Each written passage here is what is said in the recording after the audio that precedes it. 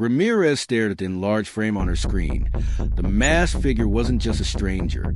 Someone had returned to the same neighborhood within days, leaving traces of their presence in digital dust that now linked one location to another. And that's when Ramirez whispered the words that no investigator ever wants to say out loud. We might have someone watching us. The morning light in Tucson did little to soothe the tension surrounding Nancy Guthrie's disappearance. Detective Ramirez and Agent Lee reviewed the footage again, frame by frame, each flicker of movement amplifying the unnerving thought that the masked figure had been watching, waiting, and calculating. The scratch on the doorbell camera, subtle yet deliberate, suggested someone meticulous, someone who understood surveillance, timing, and how to manipulate evidence. That theory gained momentum when the team discovered Nancy's missing items.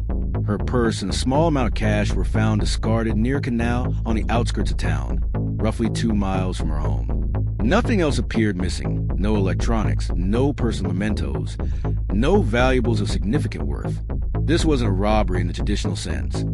This was something far more personal, calculated to send a message, or worse, cover the perpetrator's tracks. Meanwhile, the community was fracturing under the weight of fear. Neighborhood watch groups formed almost overnight. Local businesses posted warnings, and the local news ran continuous updates. But for every tip received, there were dead ends, conflicting accounts, and anxious speculation. One woman claimed she saw a man in dark clothing moving quickly through the alley behind Nancy's street around the time of the disappearance. Another reported hearing a low, muffled cry from a house several blocks away, a sound that would never be verified. Inside the command center, Ramirez examined the growing pile of evidence. Something wasn't adding up. Cell phone pings, traffic cameras, and doorbell footage all pointed to multiple movements around the neighborhood within a very short span. It suggested there was not just one perpetrator, but possibly two, coordinated and deliberate. Then came a breakthrough. Forensic analysts found a partial fingerprint on Nancy's teacup, smudged but distinct. When run through the FBI database, it didn't match any known felons. But when cross-referenced with missing persons and uncharged arrests in Arizona over the past decade, one name emerged: Martin Hollis, a man with no criminal convictions, but a history of stalking behavior and restraining orders filed by neighbors for suspicious activity. Hollis lived only 4 blocks away from Nancy. Agents approached Hollis' residence in the early evening. His home was quiet, almost unnervingly so, with shades drawn and doors locked. They knocked. There was no answer. Ramirez motioned for a K-9 unit. But before they could deploy, the front door swung open, and Hollis was gone. His car remained in the driveway, belongings untouched. It was as if he had vanished into the same thin air that had swallowed Nancy. The investigation now took a more urgent turn. Law enforcement set up perimeter checks, vehicle tracking alerts, and surveillance in the surrounding streets. Every neighborhood camera, every license plate reader, every ATM ping became a potential lead. Ramirez knew that the next 48 hours were critical. In cases like this, early windows could determine life or death outcomes. Then, a chilling discovery came from a neighboring house. A young man, visibly shaken, approached the police with security camera flash drive. I didn't want to get involved, but I saw someone dragging a woman into a van near the canal, he said. The footage, when analyzed, showed a van parked discreetly, a figure cloaked in dark clothing repeatedly peering around, and what appeared to be Nancy being forced inside. The timestamp aligned perfectly with the timeline constructed from her last text and the taxi ping. With the van identified, law enforcement traced license plates across the county. They found one registered to a private rental company, rented under a falsified ID that led nowhere. But Ramirez noticed something. The rental history indicated that the same van had been used in other neighborhoods recently, areas where other missing person reports had surfaced. The realization was horrifying. Nancy's case was not an isolated incident. The tension escalated when Amelia Guthrie received a threatening call on her home phone. A distorted voice said only, "Stay out of it or you'll be next." She immediately informed authorities, and the FBI traced the call to a burner phone pinging from a location only a few miles from Nancy's home. It was an unsettling proximity, a reminder that whoever had taken her was still watching, still close, and potentially ready to strike again. As night fell over Tucson, investigators combed through every lead again. Ramirez replayed the flash drive footage, pausing at frames that revealed a glimmer of the masked figure's arm, a tattoo, just visible, inked in a small yet distinctive pattern. It was the first solid clue connecting the physical perpetrator to a tangible identity. But before law enforcement could act, Hollis' name appeared in a separate alert. A pawn shop reported someone attempting to sell items matching Nancy's description, a scarf and a locket, that had not been reported missing by anyone else. The case was spiraling into a nightmare of twists. A van, a masked figure, a stalking suspect, threatening calls, and now stolen personal items all pointed to a single conclusion.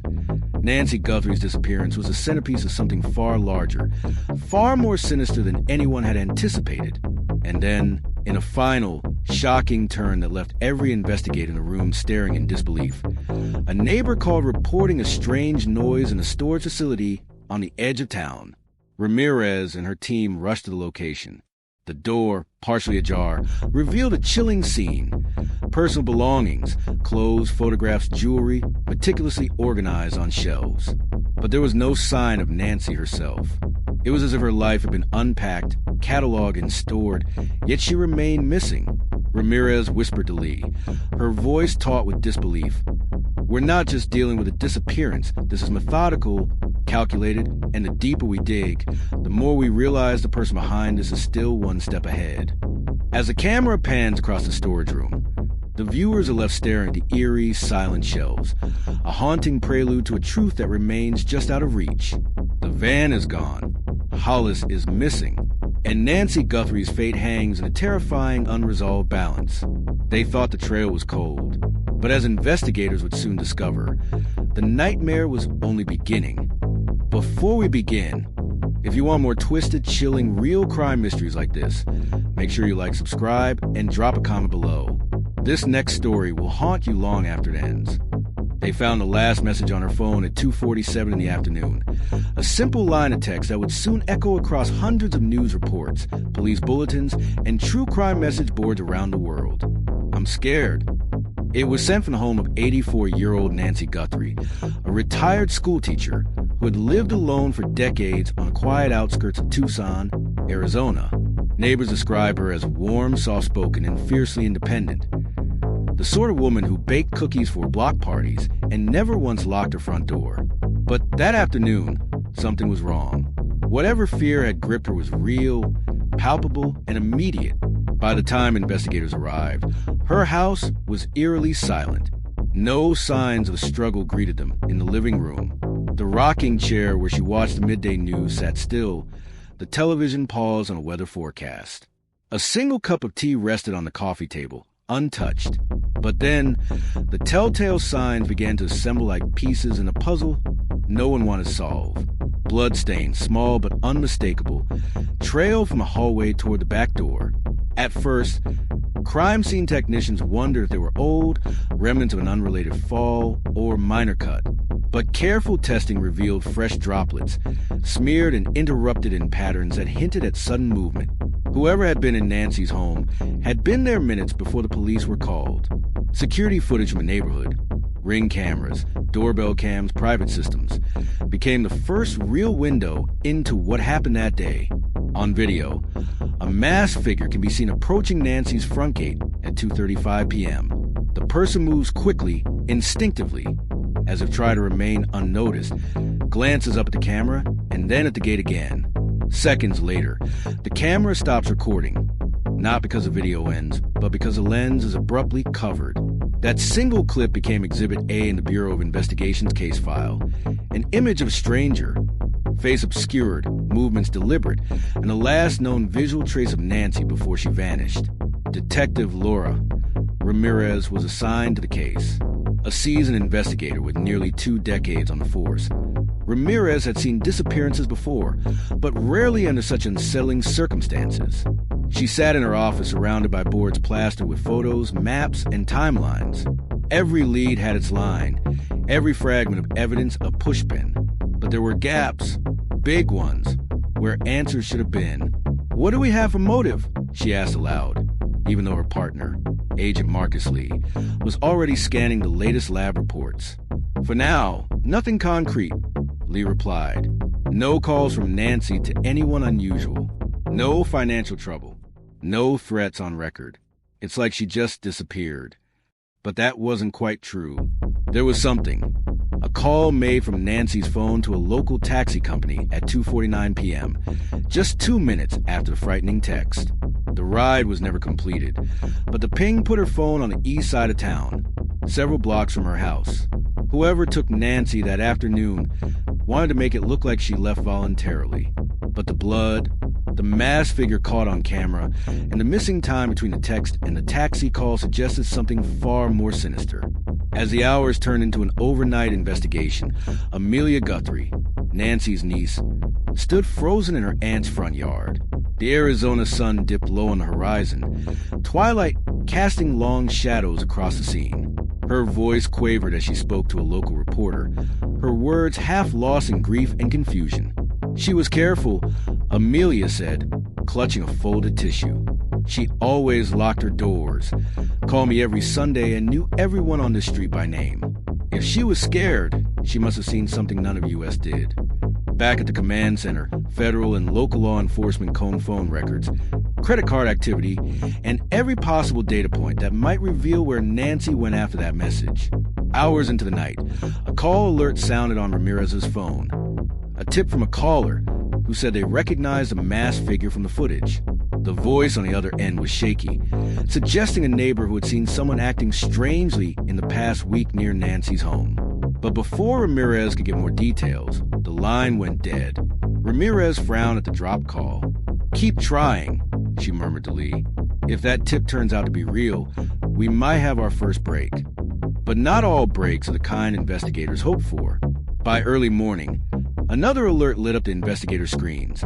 A ransom email sent to local news outlets, demanding an amount that made little sense for a retired teacher and taunting law enforcement for what the sender called their clueless chase. The email was unsigned, poorly written, and traced to an ISP account that had been closed years earlier. It felt like a distraction, a cruel joke, or maybe a trap. "And here's where it gets strange," Lee said, scrolling through metadata. The draft of this email was saved on a device that pinged off a cell tower near Nancy's house before she disappeared. Ramirez leaned back, exhaling slowly. So the ransom demand isn't proof she's alive. It's just more evidence that someone is playing with this case. Outside the command center, the city was waking up to the headlines that would define the next weeks.